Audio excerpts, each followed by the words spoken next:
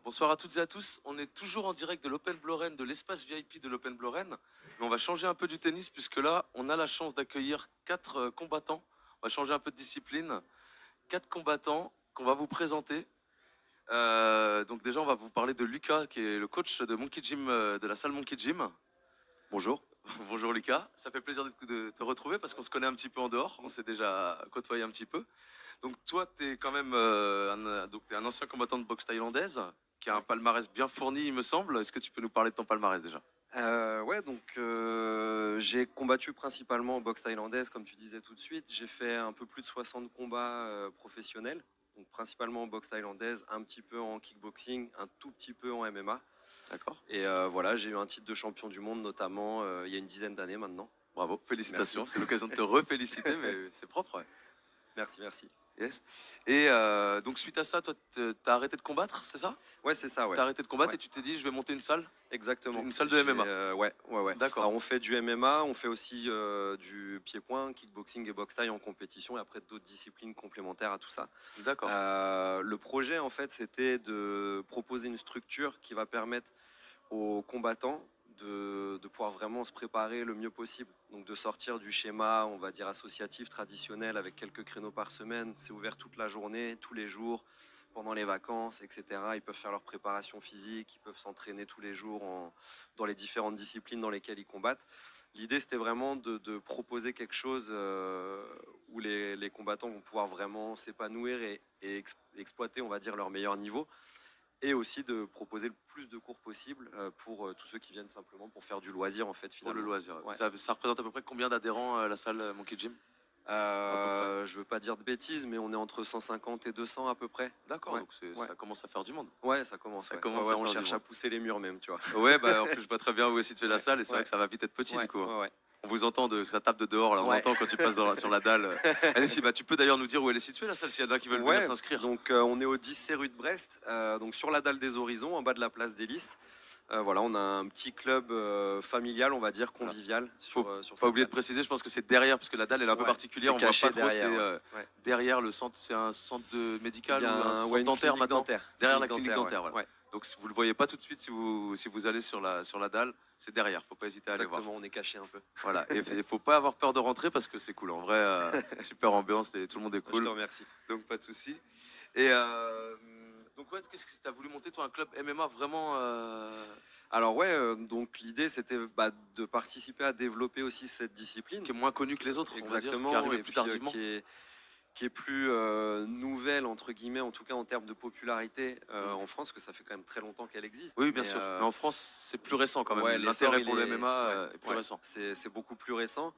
Et donc, voilà, moi j'aime bien cette discipline, c'est très complet. Hein. On a le travail debout, on a le travail en lutte, on a le travail au sol, il y a beaucoup de choses à faire. Et pour moi, ça a été une redécouverte après plus de 10 ans en professionnel, de faire un petit peu de MMA en fin de carrière. Ça a été un truc de redécouvrir une nouvelle discipline. Ouais. Ah, ça doit être cool aussi, ça fait plaisir, ça doit recommencer un peu, pas à zéro, mais. Si, c'est ça. Ouais, c'est ça, vraiment à zéro, tu repars.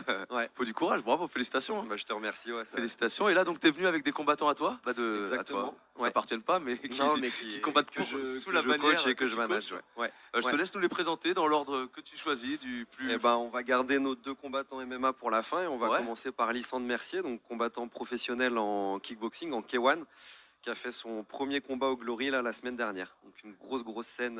Avec un résultat heureux. Avec une victoire en plus. Ouais, donc cool, on est très satisfait. C'est à toi de jouer. Parle-nous un peu alors. Du coup, je suis un pur produit du Monkey Gym. J'ai commencé ma carrière là-bas depuis mes débuts. Là, on est dans un cadre un peu différent puisqu'on est là pour le MMA. Mais vu qu'on est une famille, je suis venu aider mes partenaires s'il y a besoin. Je suis toujours là de la force. Ouais, je suis toujours là pour les aider s'il y a besoin. On marche vraiment en équipe. Donc, on est là pour le COF, pour une organisation d'MMA dans la région. Donc, on soutient un maximum les combattants de la salle qui vont combattre là-bas cette année. Yes. Toi, le MMA, ça t'intéresse pas? Non, pas trop. J'ai encore beaucoup de travail dans ma discipline. Là, j'ai intégré le Glory, donc c'est l'organisation numéro 1 au monde, mais il y a encore beaucoup de taf et peut-être qu'après on verra, mais pas pour l'instant. Comme Lucas, après 10 ans de carrière, peut-être à la fin. Tu testeras peut-être au MMA. C'est ça. Ça marche. Alors après, on a Donc on va enchaîner avec Tourpal, du coup, donc notre combattant professionnel de MMA au club. Donc il va avoir l'occasion de combattre pour le COF aussi là prochainement. Donc on est très content d'ailleurs d'avoir l'occasion de travailler avec eux. Ouais. Ah, super. Donc je te laisse te présenter, hein, Tourpal. Je m'appelle Tourpal Mokaev, je suis un combattant pro. Du coup, je suis en entraînant toujours en Monkey Gym, parce qu'avant j'étais à Paris. J'ai commencé à la MMA à Paris. Après, c'est pas long, à 2015 ou 2016, je suis déménagé à Rennes. D'accord. Et du coup, depuis, je suis là. D'accord, t'es arrivé par hasard au Monkey Gym ou c'est le seul, t'es le seul à proposer ça peut-être ou... Enfin, je te demande pas de faire la pub pour les autres, hein, mais non, mais je suis pas le seul à proposer du MMA à Rennes. Mais je pense qu'on est le club qui pousse, en tout cas, qui est un peu, je sais pas si je peux parler de locomotive, mais ouais, bien sûr, on essaye de tirer tout le monde. Quoi. En MMA, c'est meilleur pour moi. Toi, c'est comme ça, parce que toi, par exemple, tu arrives de Paris, qu'est-ce qui t'a fait aller chez Lucas plutôt qu'ailleurs? Parce que je veux qu'il y a un bon niveau en debout. Ouais. Du coup, d'accord. Voilà, c'est pour ça que j'ai commencé. Tant mieux, hein, Lucas, tu vas pas t'en ouais, plaindre. Et puis Tourpal, il a une très grosse base de lutte en fait. Tu as été champion d'Île-de-France. Île-de-France, 3 fois Île-de-France. Ouais. Ah ouais, gros voilà, palmarès aussi. En lutte, il a déjà un très bon bagage, donc il continue à travailler aussi avec un club de lutte sur Rennes. Ouais. Et après, je pense que ce qui l'a attiré, c'est le niveau en striking, en pied-point, parce que moi, c'est ma spécialité finalement. Oui, du coup, oui. Donc, forcément. Voilà. Ouais. Et quand vous dites combattant professionnel par rapport aux autres, qu'est-ce que ça change par rapport au... Alors, c'est ça, il en vit du coup, c'est son... Alors, il est rémunéré pour ses combats. Donc, professionnel, c'est quoi? C'est le niveau, en fait. À partir du niveau professionnel, on a déjà de l'expérience. Les enjeux sont pas les mêmes. Ce qui va changer aussi, c'est les coups autorisés, finalement. Il y a certains coups en amateur qui vont être interdits pour les protéger un petit peu plus. Voilà, on va stopper les combats plus vite en amateur, etc. En professionnel, le combat se déroule plus longtemps, le niveau est plus élevé, les rounds sont plus longs. Enfin voilà, il y a plus de choses. C'est plus dur, tout simplement. Voilà. C'est plus dur. Et après, ouais, l'idée, c'est d'avoir une évolution de carrière, quoi, complètement. D'accord. Donc voilà. Super. Et le dernier, donc. Et donc le petit dernier, le petit jeune, donc Luca Gabellia, donc qui est combattant amateur en MMA. Donc il a été formé en pied-point au départ. On l'a fait commencer en pied-point, en kickboxing, en boxe-taille. Dès qu'on a vu que ça devenait presque trop facile, il est parti en MMA. Son objectif depuis le départ, c'est le MMA. Ah oui, toi, tu es venu pour du MMA. Voilà. Et moi, j'ai voulu d'abord qu'il travaille un petit peu en striking. Et après, maintenant que tout se passe bien en striking, on est vraiment sur du MMA pur. Il a fait quelques combats l'année dernière, je sais plus, 4-5, je sais plus.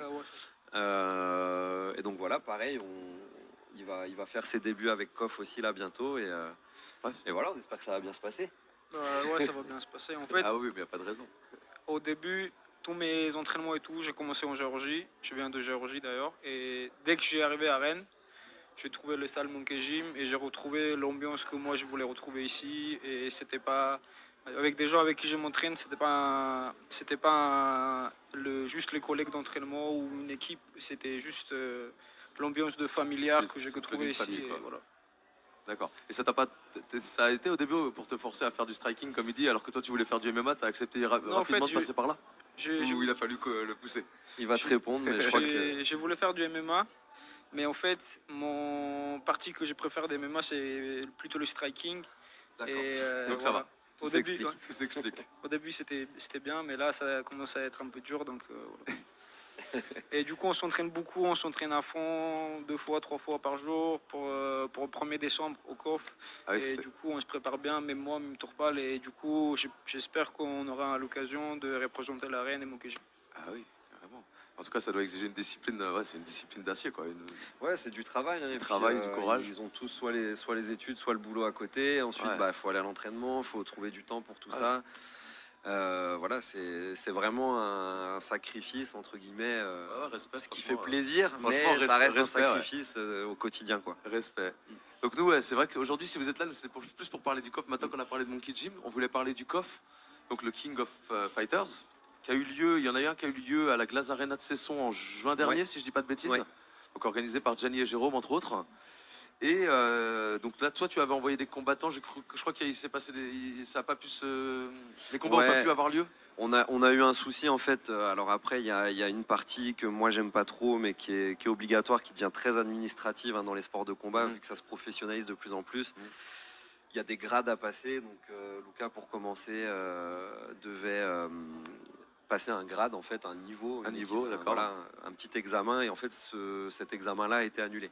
D'accord. Donc on n'a pas pu administrativement, ça n'a pas pu avoir lieu. C'est frustration un peu. C'est grosse oui, frustration, il y a la préparation, il y a tout ça qui se fait. Et puis bon, finalement, on peut pas aller au bout du truc, avoir la récompense de faire le combat. Donc, Bien sûr. Donc ça, c'est pas évident. C'est quelque chose qui n'existait pas moi quand je boxais. Je comprends que ce soit fait aujourd'hui pour protéger les combattants, etc. Mais c'est une contrainte en plus. Oui. Moi, c'est mon métier d'être coach, je fais rien d'autre à côté, je fais que ça. Donc si j'envoie quelqu'un combattre, je sais qu'il est capable de le faire, quoi, tout simplement. Ouais. Donc malheureusement, et puis on s'en est excusé d'ailleurs. Oui, après c'est malheureusement et tout ça. C'était pas marrant pour vous non plus. De toute façon, voilà, donc, tout le monde était triste de ça, je pense. Nous, c'est notre vitrine, les compétitions. Donc, mais vous allez avoir l'occasion, je pense. Voilà. De cette fois-ci, ce sera pas la même chose. D'aller prendre des victoires, parce que en décembre, il y a un coff à Rouen, c'est ça? Ouais, c'est ça. Et surtout à Rennes, moi c'est plutôt pour celui de Rennes, en avril prochain, avril 2024, donc là il y a un petit peu de temps. Ouais. Avril prochain à Rennes également. L'organisation pour toi de gala comme ça, je sais pas si on appelle ça un gala. C'est un gala. Ouais, un gala, une compétition. Une compétition, pour toi c'est quand même vachement important que ça arrive. Moi, c'est donc comme je t'expliquais tout à l'heure, on a beaucoup de loisirs, de gens qui viennent juste s'entraîner pour le bien-être, on va dire, pour se dépasser au club. Mais ce qui m'anime tous les jours, c'est vraiment d'emmener des gars ou des femmes d'ailleurs en compétition. Ouais. Et c'est la consécration aussi quand ils gagnent leur combat. Ça veut dire que tu as bien fait ton boulot de coach, qu'eux ont bien fait leur boulot de combattant. Donc c'est vraiment moi qui combats plus maintenant, c'est une manière entre guillemets de me mettre en compétition différemment. C'était tes victoires à toi. Leur victoire, c'était victoire quand même. J'y participe un petit peu. En tout cas, c'est leur victoire avant tout, mais toi, t'as ta petite fierté aussi quand même, c'est normal. Quand on revient à la salle le lundi matin, on est content. C'était poulain, quoi. C'est normal. C'est cool. Et donc on espère qu'il y aura de plus en plus d'événements comme ça, j'imagine. Ouais, il y a un engouement, il y a vraiment de l'intérêt par rapport à tout ça. Aujourd'hui, les sports de combat de manière générale, on le voit bien via les réseaux sociaux, les médias, etc., que c'est quelque chose qui intéresse beaucoup, qui interpelle. Et on a besoin de gens comme eux pour mettre ça en avant, quoi. Donc des combattants, mais aussi des organisateurs. Des combattants et de Gianni, Jérôme par exemple, qui eux... Exactement, qui organisent des compétitions et qui permettent aux combattants de s'exprimer, tout simplement. C'était le premier, moi je n'y connais pas grand chose, je t'avoue, dans le domaine, mais c'était le premier qui avait lieu à Rennes, un gala comme ça dans cette salle-là, de cette ampleur, ouais. De cette ampleur, un si gros, gros événement. Il me semble que, je ne veux pas raconter de bêtises, mais je pense que la Glace Arena, c'est une des plus grosses salles sur Rennes à ce niveau-là, en termes de capacité, etc. C'est la plus récente en tout cas déjà. Donc forcément, la salle est assez impressionnante, c'est grand. Tout simplement, c'est grand. Ça doit être impressionnant d'arriver dans des grandes salles comme ça, j'imagine, pour les combattants même. Ça doit... En amateur, par exemple... Lucas, il a eu l'habitude de combattre dans des gymnases. Aujourd'hui, on est dans des salles immenses. Ça change de combattre dans ton petit gymnase, ta petite salle de boxe. Et là, tu te retrouves vraiment un peu comme si tu combattais, comme tout à l'heure, la démonstration que vous avez faite. Exactement, c'est ça. C'est plus grand le Glace Arena, je ne me rends pas compte. Je vais pas raconter de bêtises. Non, de ressenti. Je crois que c'est 5000 personnes. Je crois qu'on est à peu près, ça doit être dans les mêmes eaux. On est sur des grosses salles. Ça doit être impressionnant quand même, j'imagine. C'était sympa la petite démonstration tout à l'heure d'ailleurs dans la salle de tennis, improvisé. Dehors. On devait être dehors. Ça c'est super bien. Désolé pour le blessé, par contre on va pas. C'est suite à une blessure de Lucas Pouille si je dis pas de bêtises. Mais c'est pour vous, c'est vrai que c'était agréable. Du coup, on a eu l'occasion de faire ça sur le cours central et tout, donc c'est super, c'est beau. Non, c'était beau à voir. Et le COF, on me dit moi dans l'oreillette que le COF veut devenir la plus grosse franchise en France, la plus grosse franchise de MMA en France. En tout cas, ce que je vois, c'est qu'il y a de l'ambition. Déjà, le premier événement déjà dans une très grosse salle, avec des combattants professionnels, etc. Donc on est quand même sur quelque chose déjà où on sent qu'il va se passer quelque chose, quoi, et on est content d'en faire partie. Nous, du coup, ça nous donne envie nous de suivre tout ça, même si à la base on suit pas forcément. On donnera nous des infos sur nos chaînes, sur nos réseaux, on relaiera tout ça de toute façon. On fera également de la pub pour le Monkey Gym, on fait de la pub pour le COF. On fait de la pub pour tout le monde. Avec plaisir. Et Je te remercie. en tout cas, moi je vous remercie d'être venu. Je sais que c'est pas votre discipline favorite de venir comme ça au micro. Voilà. Et je voulais juste placer une petite phrase aussi parce que Monkey Gym c'est pas que du combat, c'est aussi des belles actions. Ouais, exactement. Je sais qu'avec Lysandre, vous avez créé une association. Ouais, alors c'est lui hein, vraiment comment dire, la tête pensante, celui qui s'occupe de tout ça. Pensante, Lysandre. Mais comme il disait tout à l'heure, c'est vraiment une petite communauté de combattants. Donc je vais le laisser après prendre le relais et qui font, en dehors du fait d'être simplement des combattants, entre guillemets, d'autres actions à côté de ça. Ouais. Ah ouais, Lysandre, Et tu je peux vais nous parler un laisser, peu de Rennes Ouais, l'association Rennes-Unis, d'ailleurs c'est comme ça qu'on s'est connus. On s'est connus via à l'association. l'époque, une association donc on avait fait avec la salle où on aidait les personnes sans abri, on donnait des cours de sport, on faisait des maraudes et puis petit à petit ça s'est développé. On a fait même des projets qui n'avaient plus rien à voir avec le sport à la fin. Ouais, il y a des super Mais événements. c'était comme il disait, c'était vraiment dans l'esprit de la salle où on a un groupe quasiment une famille et où on s'entraide les uns et puis après on essaye d'aider les autres aussi du mieux qu'on peut. Les boxeurs ont du cœur quoi. Ouais. Mais c'est vrai que pour en parler un peu, celle auquel j'ai participé, c'était super sympa. On avait fait venir des barbeurs. Ils avaient coupé les cheveux et rasé tous les SDF qui le voulaient ou les sans-abri, tous les gens dans le besoin. Vous aviez ouvert la salle pour qu'ils aient accès aux douches, tout ce qui est sanitaire. C'était des super actions. Je me rappelle toutes les distributions qui ont été faites, les distributions de vêtements, les distributions de nourriture. En vrai, n'hésitez pas, c'est pareil, on vous relaiera tout ça sur nos réseaux, tout le lien pour Rennes Unis, s'il y a des gens qui veulent participer aussi. Toutes les actions, on essaiera de relayer un maximum. Voilà, c'était juste, je voulais glisser un mot là-dessus parce que c'est important et que c'est vraiment bien de votre part, les gars. T'as raison. Voilà. En tout cas, je vous remercie d'être venu. Merci à toi. Merci à vous. Bonne fin de carrière, bonne continuation de carrière, plein de victoires, plein de KO. Allez-y. Merci. Vous allez Ça tout arrive. déchirer, ça fait plaisir. Je te remercie. Merci.